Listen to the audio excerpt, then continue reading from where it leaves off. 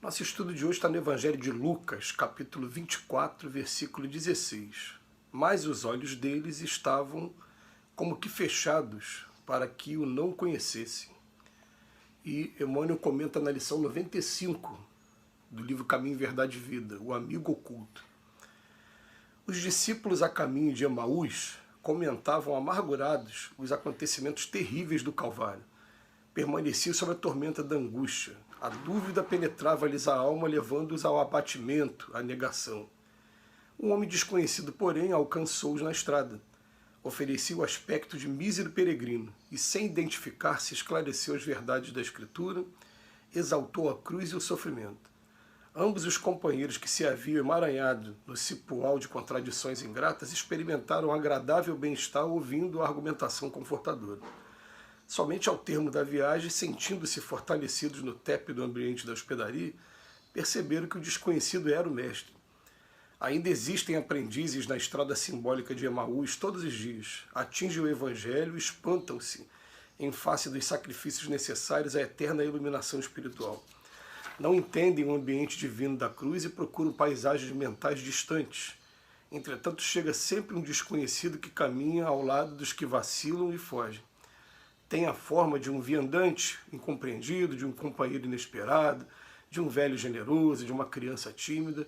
Sua voz é diferente das outras, seus esclarecimentos mais firmes, seus apelos mais doces. Quem partilha por um momento do banquete da cruz jamais poderá olvidá-lo. Muitas vezes partirá mundo afora, demorando-se nos trilhos escuros. No entanto, o minuto virá em que Jesus, de maneira imprevista, busca esses viajores transviados e não os desampara enquanto não os contempla seguros e livres na hospedaria da confiança. Realmente, esse trecho do Evangelho de João, né, a gente leu o Evangelho de Lucas, mas estou falando do Evangelho de João, que conta os dias que se seguiram após a crucificação de Cristo. São trechos de bastante análise para a gente, porque, em primeiro lugar, a gente sabe que todos os discípulos, com medo da morte, evadiram do local. E até mesmo Pedro, que era o mais próximo, negou Jesus por 3 vezes. E quem ficou no local assistindo, muito amargurado o que aconteceu com o mestre, foi Maria Madalena e Maria. Mas o que acontece? Logo depois que acontece esse fenômeno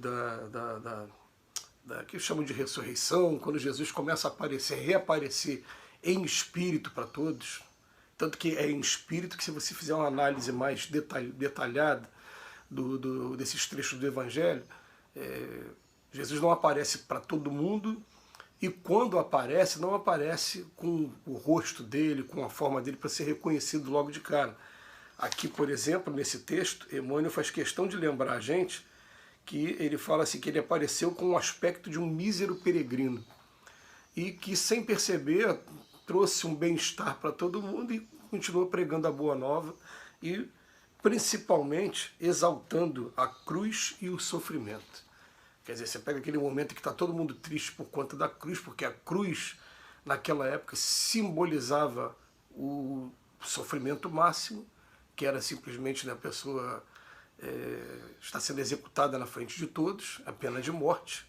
Tenta imaginar aí hoje em alguns países que ainda existe pena de morte, ou então aqui no Brasil a pena máxima, que é 30 anos de prisão, nas prisões é o que simbolizava nas mais duras que podem existir no país. E de repente ele fala-se, vem exaltar o sofrimento, né, vem exaltar a cruz e o sofrimento. O texto aqui, Emmanuel faz a questão de comentar para a gente o seguinte, uma coisa que a gente precisa colocar na nossa mente, né? Em primeiro lugar, Deus é Pai, Deus nos ama o tempo todo incondicionalmente, não pune ninguém. Nós é que nos punimos cada vez que a gente viola a lei de Deus, e tudo que acontece é educativo para a gente o tempo todo. E mais, Ele jamais nos deixa abandonados. Nenhuma religião no mundo tem o privilégio de ter o Deus só para ele, não. Porque o Pai, nós somos filhos criatura do Pai. O Pai ama todos incondicionalmente. Então, até aqueles que não têm religião hoje, aqueles que estão envolvidos ainda no mal, todos eles são amados por Deus e todos eles vão ter o seu momento, porque Jesus garantiu que nenhuma de suas ovelhas se transviaria. Quando a gente parte desse princípio, a gente começa a entender que esse episódio aqui do Evangelho é um episódio de muito sofrimento para os discípulos e que Jesus se fez presente o tempo todo, mas ele não se fez presente agora, não somente pessoalmente, agora principalmente com a gente agora, nos dias de hoje. Quando tem que se fazer presente, como é que ele se faz? Ele fala assim, a sua voz é diferente das outras, seus esclarecimentos são mais firmes, ele vai ter a forma de alguém, de um viajante incompreendido, de um companheiro inesperado, de um velho generoso, de uma criança tímida. Quer dizer, a gente já estudou isso em alguns momentos, que o anjo da guarda que foi designado por Jesus para cuidar de cada um da gente, ele usa os recursos que estão ao seu alcance para nos estimular, nos influenciar de alguma maneira. Então o que ele faz com muita frequência? Ele simplesmente usa outras pessoas. Já que ele não está conseguindo ter o contato direto com a gente, ele vai num vizinho, ele vai num parente, ele vai numa pessoa que está caminhando no meio da rua e de repente aquela pessoa para na sua frente e fala aquilo que você precisa ouvir. Todo mundo tem uma história dessa para contar. Todo mundo. Aliás, também é muito comum, né?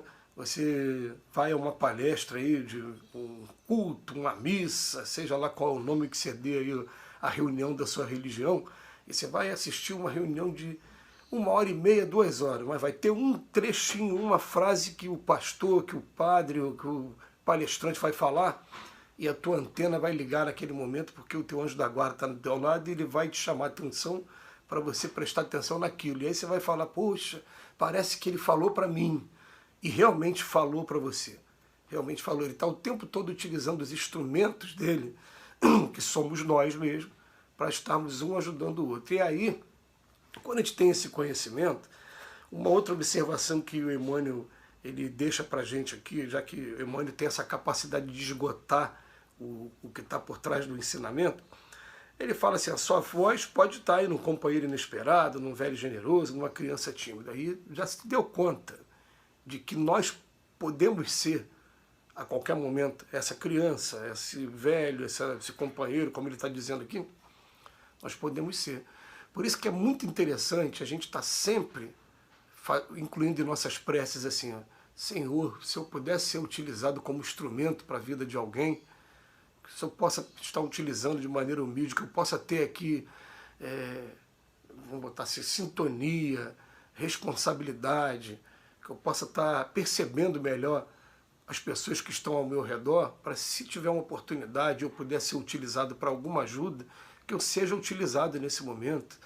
Né? Porque a gente, muitas das vezes, o negócio estava do nosso lado, a gente podia ter feito alguma coisa e a gente não fez, mas quando quando eu falo eles, é anjo da guarda, esses espíritos amigos, quando Jesus consegue encontrar um coração generoso, e um coração que está atento, principalmente, tem olhos de ver e ouvidos de ouvir, ele vai utilizar a gente e, gente, a gente vai perceber que para desviar, às vezes, dos maiores desastres da vida humana, basta uma palavra, basta um abraço, basta um sorriso, basta um momento de você fechar a boca e deixar a pessoa falar, desabafar com você. E algumas vezes a gente é, assim, com muita alegria, utilizado como um instrumento. Quando a gente percebe, então, dá uma alegria muito grande. Eu já vi pessoas que deixaram de se suicidar ou deixaram de cometer um grande crime porque, de repente, você, sem ter a menor consciência do que estava fazendo, usou uma palavra que tocou direto o coração daquela pessoa e que foi um alerta para aquela pessoa. E aquela pessoa mudou naquele momento. Então esse intercâmbio que tem, essa ajuda que tem, essa solidariedade, é fácil da gente compreender. Né? O espírito, ele quando vai se comunicar com o homem, na maioria das vezes não percebe, porque não está vendo o espírito e nem está ouvindo a sua voz. A comunicação está sendo mente a mente. A comunicação é por pensamento. Mas ela não é o suficiente para a grande maioria das pessoas que não sabem distinguir quando o pensamento vem dele ou vem de outra pessoa. Então ele vai utilizar, através da intuição, um outro homem também, alguém que esteja aqui em carne e osso também, para de repente se virar para você e falar, olha, como forma de recado, como forma de música, como forma de alguma coisa. Vai dar o recado e aquele recado vai chamar a atenção, vai bater no coração, e quem percebe vai virar para o Pai na hora, naquele momento, em reverência, em prece, fala muito obrigado, porque eu sinto que eu nunca estou desamparado. E é assim, Jesus mostrou para a gente que a gente nunca está desamparado. Que Jesus nos abençoe hoje e sempre.